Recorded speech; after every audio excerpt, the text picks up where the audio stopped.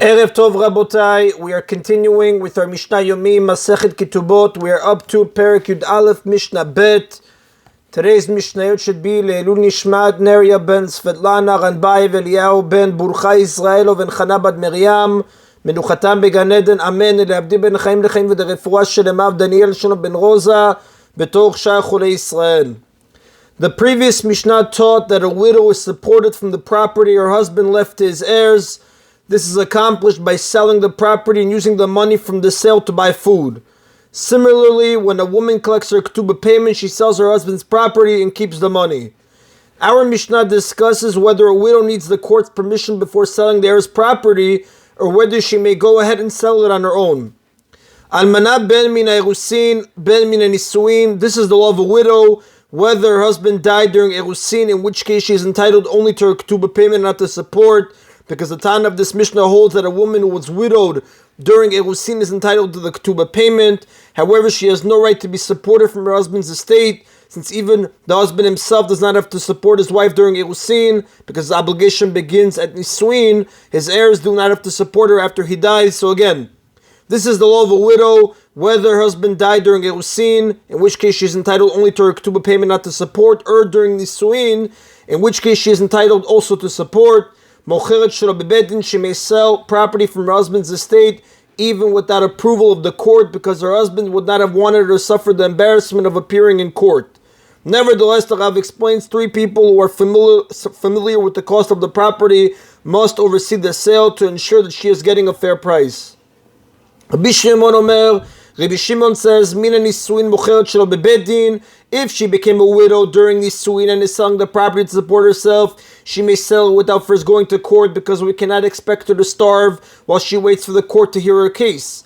Mina erusin lo timkor lebedin. But if she became a widow during erusin and is selling his property for her ketubah, she may sell it only with the approval of the court, because she has no right to support. And any woman who has no right to support may sell only with the approval of the court. Since she does not need the property to buy food, but is merely collecting her ketubah payment, she can wait for the court's permission. For this reason, even a woman who was widowed during the nisuin, but is selling property for her ketubah payment, must ask the court before she sells, since there is no need to rush, as the Rav explains. Now, Rabbi Shimon's distinction is not between a woman widowed during erusin and one widowed during nisuin, but between a woman selling property for her ketubah and one selling property for food. And the Rav does tell us, Rabbi Shimon, the halakha does not follow the opinion of Rabbi Shimon. That is the Rabotai of Mishnah Bet. Mishnah Gimel cites another ruling of Rabbi Shimon, who taught in the previous Mishnah that a woman can sell property without involving the court if she is selling it for her support, but not if she is selling it to collect her ketubah. Based on this distinction, Rabbi Shimon teaches the following law in Mishnah Gimel. Machra ketubata o miktzata. If she sold some of her husband's property for her entire ketubah payment or part of it, meaning all or part of the basic payment of 100 or 200 zuz. Since this sale was for ketubah and not for food, it must have been done through the court or with the heir's approval, as Rabbi Shimon stated in the last Mishnah. Mishkena ketubata o miktzata, or if she set aside property worth the value of her entire ketubah or part of it as collateral for a loan, she borrowed money and told the lender that he could collect from her husband's estate up to the value of her ketubah. If she did not pay him back, since she is making use of property that she has owed for her ketubah, it is as if she has collected it.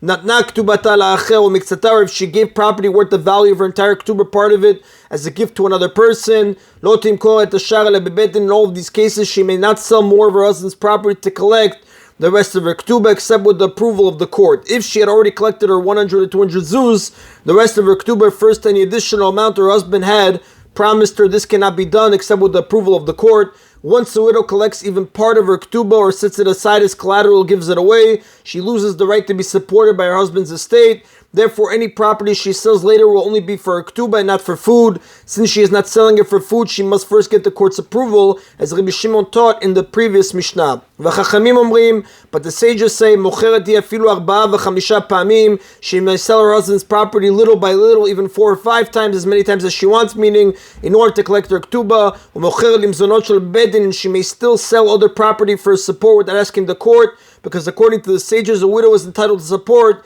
even after she collects part of her ketubah. The sages disagree with Rabbi Shimon on 2 points. A, Even after a widow collects part of her ketubah, she does not lose her right to be supported. And B, even when selling property to collect her ketubah, she does not need the court's approval, as the first Tana stated in the previous Mishnah.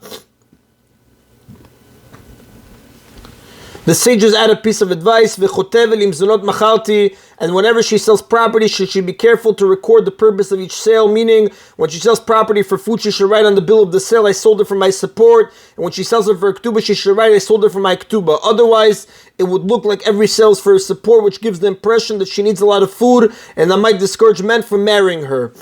Now, until here, the Mishnah discussed the law of a widow, and now deals with a divorcee. A divorcee who wants to collect her ketubah, meaning a divorcee may not sell property except for her ketubah, since she is not entitled to support. She may not sell her ketubah. A divorcee who wants to collect her ketubah may not sell her husband's property except with the approval of the court, unlike a widow who can sell his property on her own because he would not want her to suffer the embarrassment of appearing in court. A divorcee must always go to court first, since a man does not care if his divorced wife suffers embarrassment. Although Tanaim disagree whether a widow wants to sell property for her ketubah must go to court first, a divorcee certainly requires the court's approval.